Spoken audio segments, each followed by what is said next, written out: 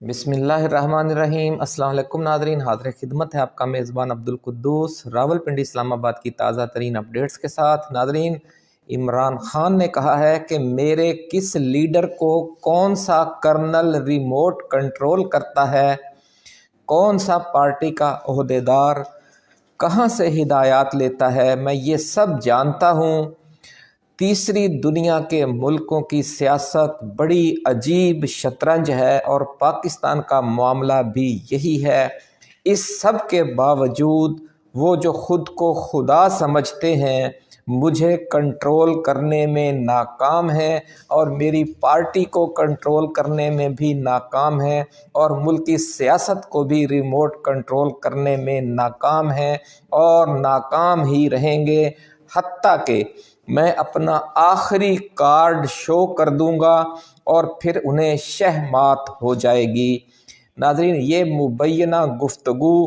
عمران خان نے اس 4 رکنی جرگے کے ساتھ کی ہے جو اڈیالہ جیل میں ان کے پاس اسٹیبلشمنٹ کی طرف سے بھیجا گیا تھا۔ ذرائع کا دعویٰ ہے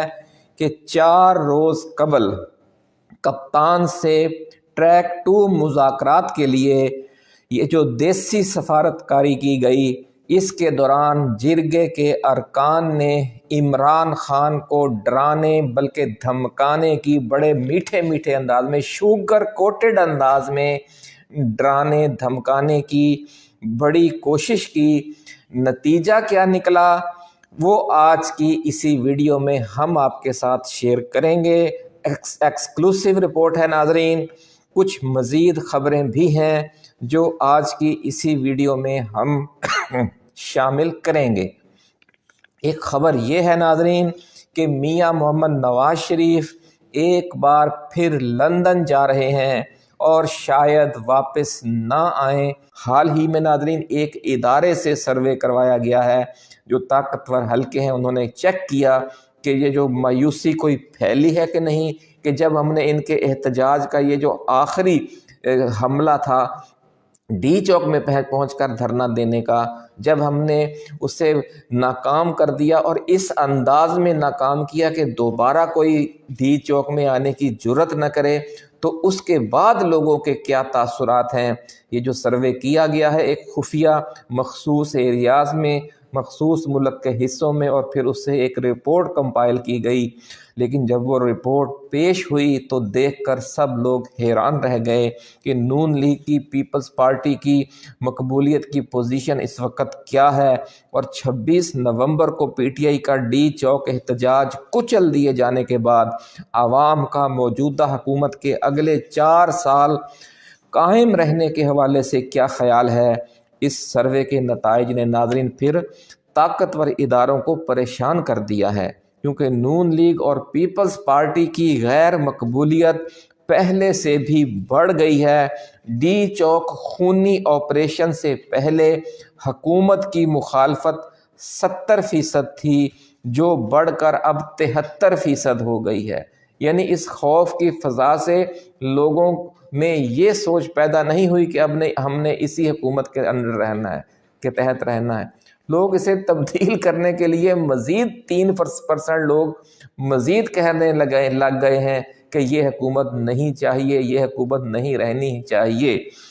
اس سوال کے جواب میں 80% لوگوں نے ناظرین نام میں جواب دیا، جس میں پوچھا گیا تھا کہ کیا موجودہ حکومت 4 سال پورے کرے گی۔ یہ اپنا عرصہ اقتدار پورا کرنے کے لیے خوف و ہراس کی انتہا کر رہے ہیں، لیکن ان کا عرصہ اقتدار پورا ہونے کے حوالے سے لوگوں کی رائے مزید ان کے خلاف جا رہی ہے۔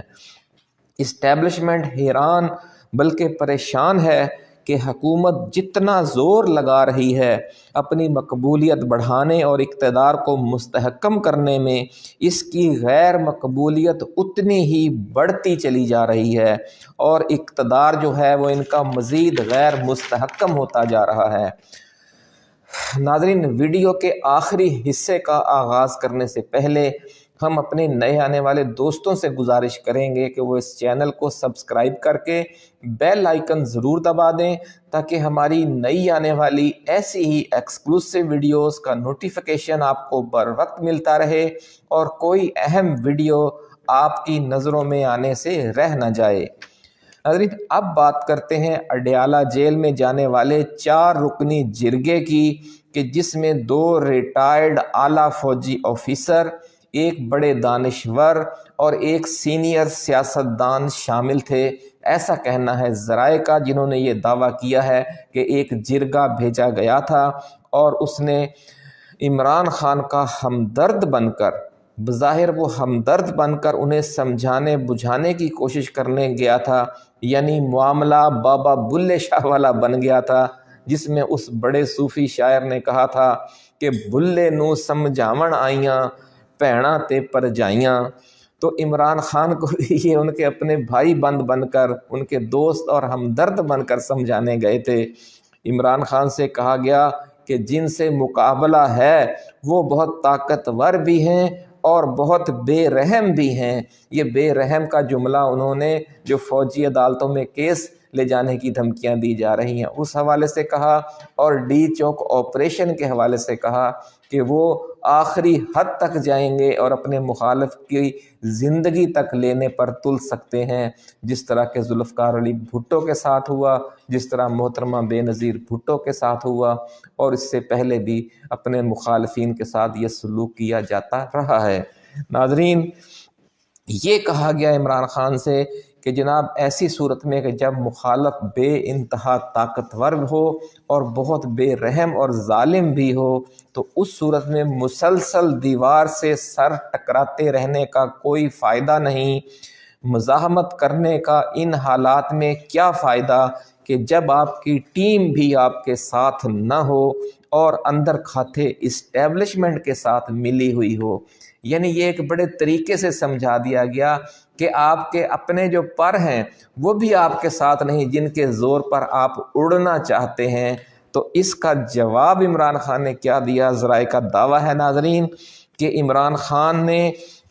جو جواب دیا اس سے صاف نظر آ گیا کہ وہ اپنی اس کمزوری سے مکمل طور پر آگاہ ہیں، لیکن اس کے ساتھ ساتھ وہ اسٹیبلشمنٹ کی اور فوج کی کمزوری سے بھی آگاہ ہیں، کیونکہ جب انہوں نے اس کا جواب دیا بے تکلفانہ گفتگو کے انداز میں، انہوں نے جب بے تکلفانہ گفتگو میں پھر اپنی مجبوری تو اپنی اس کمزوری کو تو مانا، لیکن ساتھ ہی یہ بتایا کہ اسٹیبلشمنٹ کی یا فوج کی کیا کمزوری ہے، تو جو جرگے کے ارکان تھے جو اسٹیبلشمنٹ کی طرف سے آیا تھا وہ حیران رہ گئے۔ عمران خان نے کہا کہ میں جانتا ہوں کہ میرا کون سا لیڈر کس کرنل سے ہدایات لیتا ہے، میرا کون سا اہم ترین کھلاڑی کس لیول پر میچ فکسنگ اور سپورٹ فکسنگ میں ملوث ہے۔ اس کے باوجود انہیں اپنی مرضی کے نتائج نہیں مل رہے جنہوں نے انہیں اپنے پے رول پر لے رکھا ہے۔ اس کی وجہ یہ ہے کہ اندر کھاتے اسٹیبلشمنٹ سے رابطے میں رہنے کے باوجود یہ ساری لیڈرشپ اسٹیبلشمنٹ کی ہدایت پر 100% عمل نہیں کر سکتی۔ بڑی ٹیکنیکل گفتگو کی عمران خان نے ناظرین۔ اب جب یہ ان کا عمران خان کا پیش کیا ہوا نقطہ آپ سنیں گے تو آپ اشش کر اٹھیں گے کہ ایسے ہی نہیں ہم انہیں مرشد کہتے، وہ واقعی ایک غیر معمولی لیڈر ہے اور مرشد ہے، موجودہ سیاست کا امام ہے، امام انقلاب ثابت ہوگا آخر ایک دن اس ملک میں عمران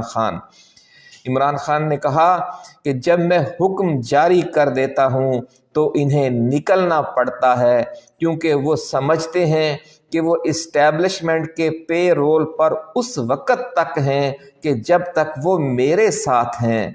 جس دن میں نے انہیں فارغ کر دیا اسٹیبلشمنٹ بھی انہیں فارغ کر دے گی۔ آج اسٹیبلشمنٹ عثمان بزدار،